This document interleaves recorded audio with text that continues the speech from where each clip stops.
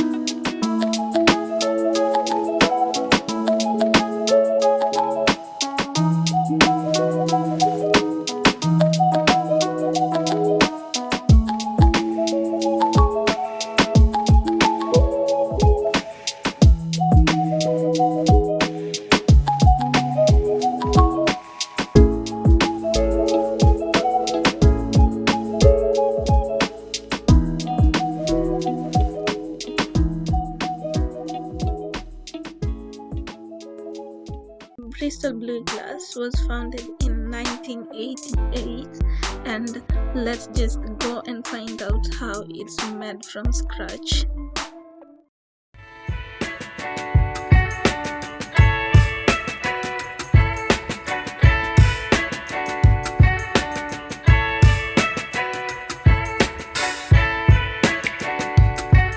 Welcome.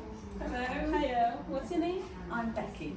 Nice to meet you. Yes, you too. Yeah, I do like what you guys are doing. So if you just want to give people an introduction of what you guys do. Well, this is Bristol Blue Glass.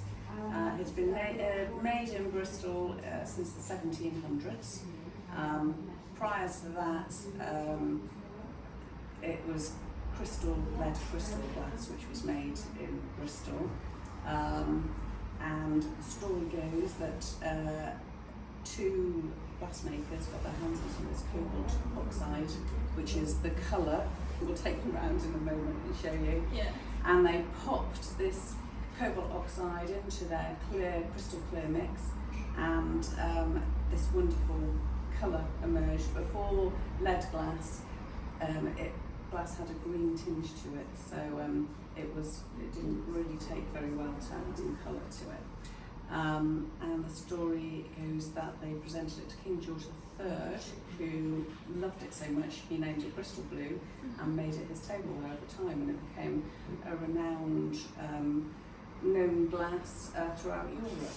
Yeah. So it was made then all the way through up until the 1900s, where all glass making sort of stopped in Bristol and other places because of the recession. And this company brought it back in 1988, so it would be a forgotten trade basically. We weren't making it today, so fingers crossed we carry on making it, you know. Yeah. So this is what we're predominantly known for, is our blue glass. So you have the traditional blue, which is a plain cobalt oxide blue. We also do the Aurora glass, which has got silver oxide mixed into it, and it's fantastic in the sun. It's called the Aurora glass because it's based on the Aurora Borealis. So it has that fluidity of the sky, and each piece completely different to one another, as is just the plain blue as well, of course, but you can really tell the difference with the Aurora because each pattern's different.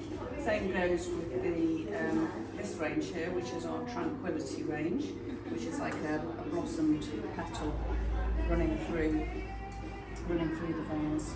And these are quite sort of modern shaped vases. Yeah. So yeah. How much is it? That's £34, I think. The larger one is £95. They do the Serenity version, which is has a pink petal running through it. This one has a blue petal running through it. Animals, always popular, really, really popular, all the animals. elephants are lovely. They're new piece. I think they're made by Harry, maybe. This is so beautiful. It's so lovely, isn't it? Yeah. Sort of all that multicoloured glass captured inside. Yeah. We have different artists with strokes. Oh, yeah, very tiny ones. So there's these fish here. It's by an artist called Kaylee, actually, and she works with iridescent glass. All the glasses here. One of the most popular one is the gin bowl. Yeah, Nice so and this large. one in the other shop, Yes. other shop, yeah. Yeah, that's very popular. I'm really pleased you have this. So we do, each year we do a penny that symbolises that year. So of course last year it was the Queen's Jubilee. I think they were around £40 each. So they're collectible items basically. This year it will be the King's coronation we're doing. And we do magnets. That was another one done for the Jubilee, for the Queen's Jubilee, which was popular. Lots of paperweights. Lots of people have paperweights engraved actually. We do a lot of engraving for 60th wedding anniversaries or birthdays. So ruby glass is made with 24 karat gold, and that's what gives it the colour, and that's what makes it a very expensive glass. Especially recently, everything's gone up of course, so we've had to take it off the website. It's also quite a difficult glass to work with. If you ask the glass makers later, they'll be able to tell you. So they have to make things several times before they're happy with a piece. So it is an extremely expensive glass. Very, very beautiful. The colour's amazing.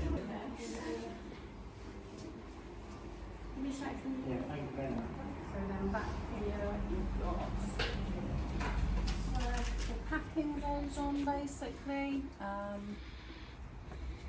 All of our stock is out. A nice big space. Yes, yeah. Yeah, I like that. They're lovely, aren't they? They're new baubles, so yeah. So they're called a collector bauble. We've got several in range. They each come with a card, all individually boxed, and they've been extremely popular. Same with the heart baubles that we've brought out for Valentine's. But they're nice and poppy. The colours really pop on them all. Come through here, and this is where the heat hits you, basically. So you'll open the door, and the heat will just completely hit you. It's so hot down there. Yeah, it is. In the summer, the guys actually come in at ridiculous early hours, like 5 o'clock in the morning to work. It's too hot by the time it gets to lunchtime, they have to close it all down. It's just too hot to work. This is where the furnaces are. And for my days, all the pieces we've seen in their shop is made from scratch here. Let's just hear from the glass makers. My name is David Barry. I am the hot floor manager here at Bristol Blue Glass. So I've been working with glass now for around 14 years. It's a wonderful job. You learn something new every day and you get to be creative, which is great. So, yeah. We make all different coloured glasses, not just blue glass. We make green, ruby, amethyst, lots and lots of different colours. The raw material glass is silica sand, and it's a complex mixture of sand, soda and lime. If we put just sand in the furnace, we'd end up with hot sand. So you have to allow it to melt at lower temperatures. By adding these other elements to it, you get glass. So do you sort of have a creative background, or was this just your past creative background? I actually studied sound at college, sound engineering, so I was kind of a bit creative anyway with that. I've never been really very artsy as such, but yeah, I've always been very good at doing things with my hands, practical work. So for me, it ticked a lot of boxes. Yeah. Yeah. How long did it take you to learn how to do it? So the basic training is around 8 years. So I'd say around that. But you learn something new every day. But to truly master the skill could take a lifetime. Wow. How long does it take to make one piece? Product dependent. So if we were making a wine glass, for example, I can make a wine glass in around 5 to 6 minutes. If we're making one of the waves, then maybe 15 to 20 minutes. So it depends on how much glass you use and how much colour you apply. Yeah, it's really product dependent. Because we've been told at the shop floor that the price does vary depending on the pieces Yes. and depending on the amount of time that you guys have put into it. Yes. So how much does the time you guys put into it determine the price of your final product? Yeah, we do a time and motion study, so we work out how long it takes us to make a product, and we know how much the studio costs to run per minute, and then we add those together, and that's how we come up with our prices. So the studio is costing around about £1.80 to £2 per minute to run, so it's quite expensive. Yeah, and then our prices are built up from there. So I've seen you guys do have pieces ranging from like £20 to £100. Yeah, and we do some other bespoke work as well using canes, which is a Venetian style of glass, and there's a really time-rich product, and they can range up to hundreds, if not thousands of pounds, because of the amount of time and colour and energy we have to put into making that particular style of glass. So that's something that is bespoke only and to order only. It's not something that we have in the shop, but we can do it. So for the pink ones that we just saw over there, because you said you do have gold in it. Yes. Yeah. So do you source it locally? We don't know. So we buy the colour from a manufacturer in Germany, and they make colour for glass blowers all over the world. We could make it ourselves, but with gold it's very expensive, and I think if we had gold in the building, we'd all be going down to the gold merchants weighing it in. You know? So yeah, no, we don't supply it. We don't keep it here. We buy the colour from the manufacturer, which is a slightly cheaper way of doing it for us, but it's still very, very expensive, especially with the current climate. So the gas prices and the price of the raw materials have gone up so much. The colour suppliers have just put 60% surcharge on their manufacturing process, so our prices have just skyrocketed overnight, which has massively affected us as a business. So making coloured glass now is something that we only do to order, whereas we would make it for stock and just keep it in the shop before. Now we can't afford to do that, so it's for bespoke orders only. So do you also source the raw materials locally? We don't know. Raw materials are sourced from a company in Sweden. It's very difficult to get the raw materials in Britain now. Going back 100, 200 years ago, then it would have been sourced throughout Britain, but even then a lot of it wasn't local. The sand was sourced locally from Redcliffe, which is literally just down the road, but the kelp, which was used to make potash to allow the sand to melt at lower temperatures, came from the Scottish Highlands. So it was from all over the country. Bristol being one of the largest ports in the country, it was a natural place for glassmaking to flourish. So at its heyday, we had 19 factories in Bristol producing glass. How many pieces do you guys make in a good day? On a good day, we could make quite a lot of pieces, into the hundreds of pieces. Again, product dependent. We're limited to the space in the kiln, because everything we make has to be cooled down and annealed slowly overnight. If you're making small discs of glass, for example, you can layer those on top of each other in the kiln, and you can just keep going and going and going until you run out of glass in the furnace. If we were working in a team all together and making wine glasses in a day, we could probably produce up to around 200 in a day. Are you now used to the kids in there? Yes, yes and no.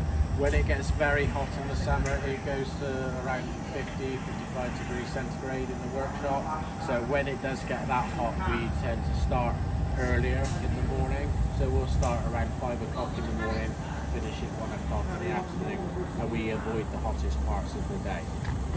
So we work around the weather really. Have you been here for the longest consistency, like your team? Yes, yes. I'm the longest serving glassblower. Yeah. So, yeah, the rest of the guys are relatively new to the team.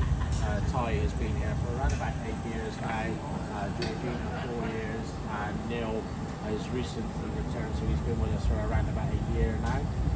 But he did previously train with Bristol Blue around about 12 years ago. So considering it's a skill that it takes quite a long time to learn, how do you go about people coming in maybe for 1 year and then leaving the job, then you need to train someone else? How's that been for you guys? It's quite difficult, but we pride ourselves on the fact that we're like a school of glassmaking. And we've trained glassmakers that have gone off and flourished all over the world. So we've got glassmakers in Swaziland, we've got glassmakers in Japan, Australia, America, literally all over the world, who's trained here from scratch at Bristol Blue Glass. There is universities in the UK where you can study glass, and they're teaching them the basics. So we tend to employ people who have some kind of background in glass. But for myself, I walked into the doors here, started working in the shop, not knowing anything about the material. I didn't even know what glass blowing was, and I was trained from day one. And now I run the workshop. I was very lucky. Yeah. Very lucky. David said it takes up to 8 years to learn the skill and a lifetime to master the skill. Oh my goodness, I cannot imagine. He said his mind is made of glass, and I do agree.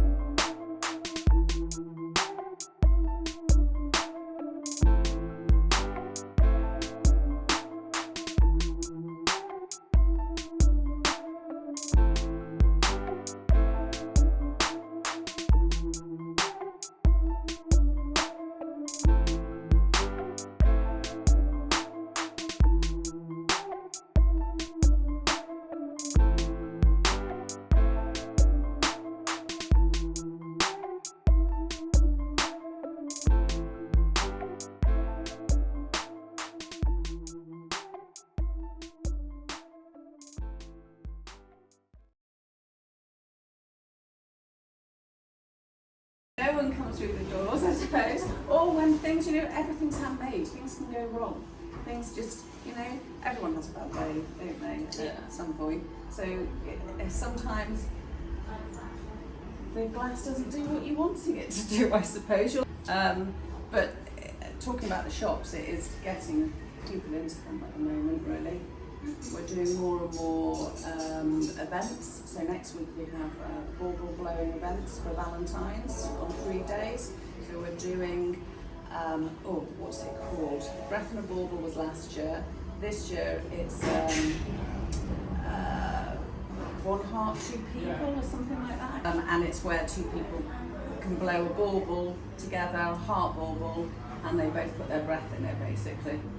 So they, so it's just doing events like that. We do pen parties, and we do on the weekend here. It's open public bauble blowing for the public to come in. So that gets people into the shops as well. The shop, especially here, because once they're here doing that, they usually all peruse around the shop. In town, it's quite quiet at the moment, I'd say. January, February is usually quiet, but it's quieter than usual, unfortunately. So I've got an event there this evening till 7 o'clock, a Valentine's event, which is glass of fizz on arrival and 10% discount in the shop. So we'll see if that brings anybody in. But, so we're doing a lot more online, so we do a lot of marketing, with the website and social media. So we're on Facebook, Instagram. Just started TikTok, which I'm getting to grips with. But it's just sort of doing a lot of filming like you do, I suppose, and lots of photos to get out so people know we are here and we're still here. Because there's a lot of glassmakers that have found it extremely difficult and either had to close down or they've got a lot smaller. Are you in other different cities or is it just Bristol? Just Bristol, but we do have a lot of our products in different shops. A lot of shops around Bristol, but other places around as well. But we do a lot of commission work for anyone around the country, really. So. I want to request you now to share your platforms and where you're located so people can follow you, and definitely for people in Bristol so they can know where to come and shop. Yeah, well, we're Bristol Blue Glass. We have this shop on Bath Road, opposite Arnosville Cemetery. We have a shop by St Nick's Market on High Street. We are on Instagram as Bristol Blue Glass, Facebook, Twitter, and just recently TikTok. There's just a couple of videos on there. Still getting to grips with that. That's it from me, guys. Make sure you follow them on their platforms, and make sure if you do live in Bristol, come and visit their shops, because you're not ready for what you're gonna see here. And that's it from me, guys. It's a bye-bye.